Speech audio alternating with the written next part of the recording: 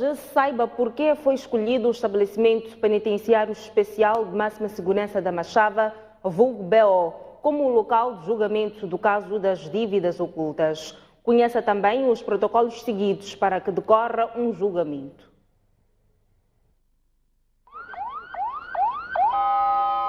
É o maior e tido como o mais seguro estabelecimento penitenciário do país e agora também palco do julgamento do maior escândalo financeiro, o das dívidas ilegais de 2 bilhões de dólares. Será na BO onde, um a um, os 19 arguidos do processo 18/2019-C vão contar as suas versões sobre a alegada participação no esquema que lesou e levou o país ao descrédito.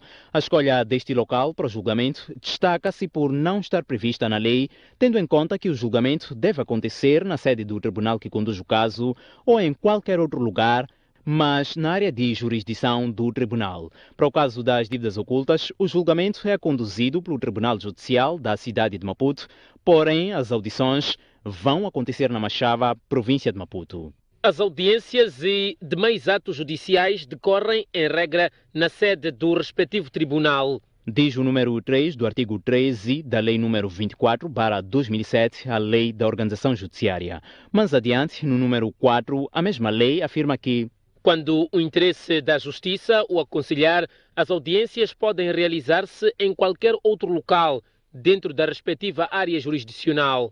A STV apurou junto de uma fonte do Tribunal Supremo que, afinal, o Judicial da cidade de Maputo não tem salas com capacidade para julgar um caso desta dimensão. E não é para menos. São 19 arguidos, cuja maior parte está mesmo detida na BO e mais de 20 advogados de defesa.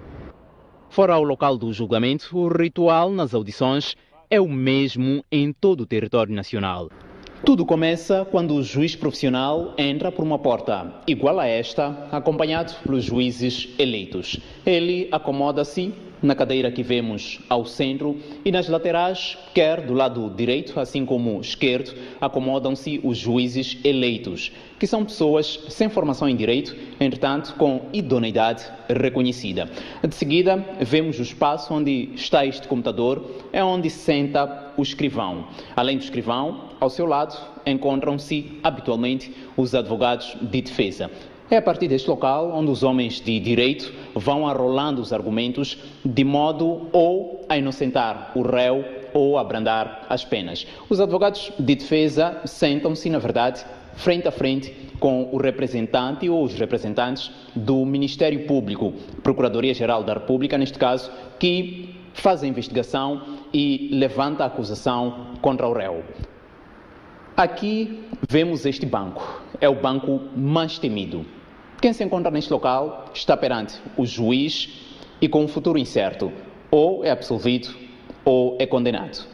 Cabe ao escrivão tomar nota de tudo quanto se diz nas audições, enquanto o oficial de justiça é quem anuncia a entrada do juiz e auxilia na movimentação de documentos de um lado para o outro. E sobre o decoro na sala das audições, o Código do Processo Penal é detalhista ao falar de deveres de conduta e diz no artigo 369 que as pessoas que assistem à audiência devem comportar-se de modo a não prejudicar a ordem e a regularidade dos trabalhos, a independência de critério e a liberdade de ação dos participantes processuais e a respeitar a dignidade do lugar. Cabe, em especial, às pessoas referidas no número 1, a acatar as determinações relativas à disciplina da audiência, b. comportar-se com postura, mantendo-se em silêncio, de cabeça descoberta e sentados. C.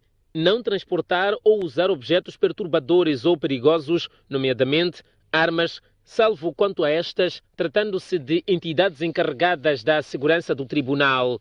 D. Manter desligados os telemóveis, computadores portáteis e outros aparelhos de comunicação e transmissão de som e imagens. E. Não manifestar sentimentos ou opiniões, nomeadamente de aprovação ou reprovação, a propósito do decurso da audiência. Há, entretanto, exceções determinadas pelo próprio Código. O juiz pode autorizar que haja captação de imagens e de som à comunicação social. Terminadas as audições, os juízes eleitos apresentam as suas opiniões, trazendo, sempre que possível, os elementos de prova que terão servido para formar a convicção. E é com base nessas opiniões e no que a lei prescreve que o juiz profissional determina a sentença. Isaac Langa e José João, STV. Associação para delinquir, corrupção e branqueamento de capitais são alguns dos crimes que pesam sobre os 19 réus do caso das dívidas ocultas. Os 19 arrolados no processo, dos 19 réus arrolados, dos 19 arguidos, assim é que é, arrolados no processo, 9 respondem em liberdade. Após muita pressão internacional, em particular dos parceiros de cooperação, que decidiram suspender o apoio direto ao orçamento do Estado por causa da polêmica das dívidas ocultas, o Estado moçambicano decidiu, em 2016, lançar um concurso público para a escolha de uma empresa que investigasse as dívidas ocultas à luz de um processo aberto pela Procuradoria-Geral da República em 2015. A Kroll foi vencedora do concurso para a investigação internacional e independente do processo de contratação das dívidas ocultas, cujos resultados foram amplamente divulgados para o conhecimento dos moçambicanos e não só em 2017. De resto, todo o dinheiro, 2 bilhões e 7 milhões de dólares, foi conseguido graças a projetos aprovados em nome das empresas Proíndicos, Ematum e MAM. Aberto o processo em 2015 pela PGR, foram necessários 3 anos e meio para que os réus começassem a ser ouvidos, respondendo ao processo número 18/2019-C. Os advogados dos réus entram numa luta titânica pelo pedido de liberdade provisória dos seus constituintes, alguns dos quais conseguiram o habeas corpus mediante pagamento de caução. De concreto, os 19 réus são acusados dos seguintes crimes: Bruno Tandani Langa, Teófilo Pedro Nhangumele, Armando Ndambi Buza, Gregório Leão, Antônio Carlos do Rosário e Maria Inês Moyane Dove respondem pelos crimes de associação para delinquir, chantagem, corrupção passiva para ato ilícito, falsificação de outros documentos, peculato, uso de documento falso, posse de armas proibidas e branqueamento de capitais, havendo réus que respondem exclusivamente pelos seguintes crimes: posse de armas proibidas, Bruno Tandani Langa; abuso de cargo e funções, Gregório Leão; violação de regra de gestão e abuso de cargo e funções, Antônio Carlos do Rosário. Por seu turno, os réus Ângela Leão, Fabião Salvador Mabunda, Manuel Renato Matus e Cipriano Mutota respondem pelos crimes de associação para delinquir, falsificação de outros documentos, peculato e branqueamento de capitais, sendo que os réus Mbanda Anabela Henning, Kessuagi Pulchand, Simeone Jaime Maumane, Naimo José Quimbine, Sérgio Namorete, Elias Moyane e Sidónio Citói respondem pelos crimes de associação para delinquir e branqueamento de capitais. Os réus Mbanda Anabela Henning, Cremildo Josias Manjate, Zulficar Ali Ahmad são acusados apenas do crime de branqueamento de capitais. Estes, juntamente com os réus Kessuagi Pulchand, Simeone Jaime Maumane, Naimo José Quimbine, Renato Matusse, Cipriano Mutota e Elias Moyane, respondem em liberdade, perfazendo 9 dos 19 arguidos que respondem ao processo das dívidas ocultas. No Código Penal, em vigor, quanto ao crime de associação para delinquir, é estabelecido que quem promover ou fundar ou participar em grupo, organização ou associação, estando em causa um conjunto de 2 ou mais pessoas, atuando concertadamente durante um certo período de tempo e cuja finalidade ou atividade seja dirigida à prática de um ou mais crimes, é punida com pena de prisão de 1 a 8 anos. O Código Penal em vigor, na altura dos factos, prevê uma pena de 2 a 8 anos de prisão. No que se refere ao crime de chantagem, no atual Código Penal, é determinado que quem, por meio de ameaça verbal ou escrita, de fazer revelações ou imputações injuriosas ou difamatórias, ou a pretexto de as não fazer, extorquir a outrem valores ou coagir a escrever, assinar, entregar, destruir e falsificar ou, por qualquer modo, inutilizar escrito ou título que constitua, produza ou prove obrigação ou quitação, é punido com prisão até 1 ano e multa correspondente, sem prejuízo do proclamado para as penas de furto, se houver dano material.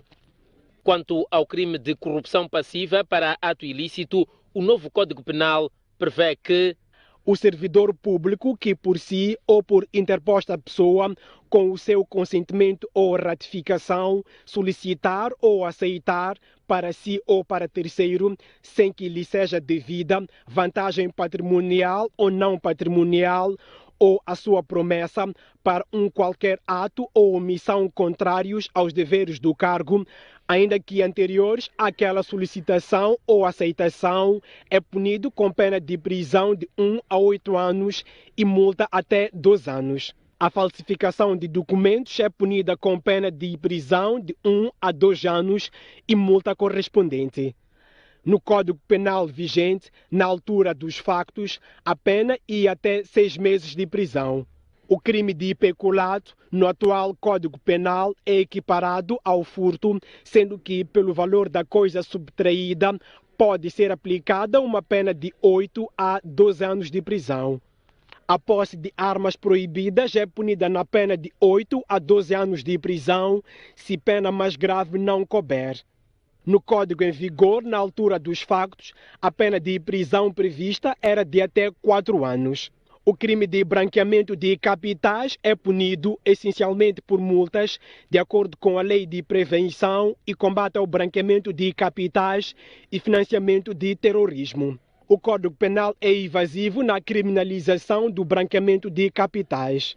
Nos crimes de violação de regras de gestão e abuso de cargo e de função, a punição é com pena de prisão de até 2 anos e multa de 1 ano. O jurista Paulino Cossa explica como é que o juiz vai tratar o fato de os réus estarem a ser acusados de cometimento de vários crimes. O primeiro desafio é determinar tanto a pena concreta de cada um dos crimes que estão envolvidos. E, em segundo lugar, deve-se criar, através do próprio aplicador da lei, a outra moldura penal nova a aplicar para o concurso em geral. O que isso significa? Significa, depois de aplicar a pena concreta em cada tipo legal de crime, o aplicador da lei deve somar, portanto, as penas concretas aplicadas em cada tipo legal, e daí vai resultar o limite máximo que se deve aplicar na nova moldura penal. Os crimes arrolados foram cometidos na vigência do Código Penal de 1886 e neste momento vigora o Código Penal aprovado em 2019 pela Assembleia da República. Cossa explica que os réus vão beneficiar da pena mais branda, prevista num dos códigos. O novo código não se pode aplicar retroativamente às infrações que foram cometidas naquela altura, exceto aquelas situações em que se entenda que uma determinada norma ela favorece concretamente a um determinado réu. A Procuradoria-Geral da República, através do Gabinete Central de Recuperação de Ativos, disse em agosto corrente que apenas conseguiu arrestar 15,6% do total do valor emprestado pelas 3 empresas caloteiras, nomeadamente Proíndicos, Ematum e MAM. Entre os bens recuperados, conseguiu-se apreender 19 imóveis, incluindo um hotel localizado na cidade de Tete, 81 viaturas, 14 motorizadas, 4 embarcações e valor em numerário estimado em 614 milhões e 932 mil meticais, que se encontravam na posse dos vários arguidos deste processo. No total, conforme o revelado, os bens apreendidos correspondem a 421,2 milhões de dólares. Hoje, no espaço glossário sobre termos usados em julgamento, falaremos do que faz um assistente e dos critérios usados para a sua escolha. No caso das dívidas ocultas, a Ordem dos Advogados de Moçambique foi constituída assistente. Saudações. Hoje vamos falar de um outro termo jurídico que também é muito importante, que é a figura do assistente. Assistente é a pessoa que colabora com o Ministério Público na condução do processo criminal. Cabe ao ciente, ou quem pode ser assistente? Primeiro é aqui que chamamos de uma pessoa ofendida. A pessoa ofendida constitui o advogado que vai assumir o papel de assistente, que vai ajudar o Ministério Público, tanto na acusação particular, tanto no prosseguimento do processo judiciário, até a parte final. Na acusação particular, a pessoa, se houver motivos para isso, até pode pedir a indemnização, porque o novo Código Penal inclui isso, uma das atribuições incluídas do Código Penal. Também pode ser assistente qualquer pessoa nos tipos de crime gravosos, como, por exemplo, o crime de peculato, o crime de terrorismo, o crime de branqueamento de capitais. Nesse tipo de crimes, pode qualquer pessoa constituir-se assistente, diferentemente do que existia na norma anterior. E há também a constituir-se assistente naqueles crimes cuja ação penal depende da acusação da pessoa ofendida. Portanto, há crimes que o Ministério Público pode iniciar de imediato o seu processo criminal, mas também há aqueles crimes que dependem da acusação ou da queixa particular. Esta também é uma das pessoas que pode se constituir como assistente.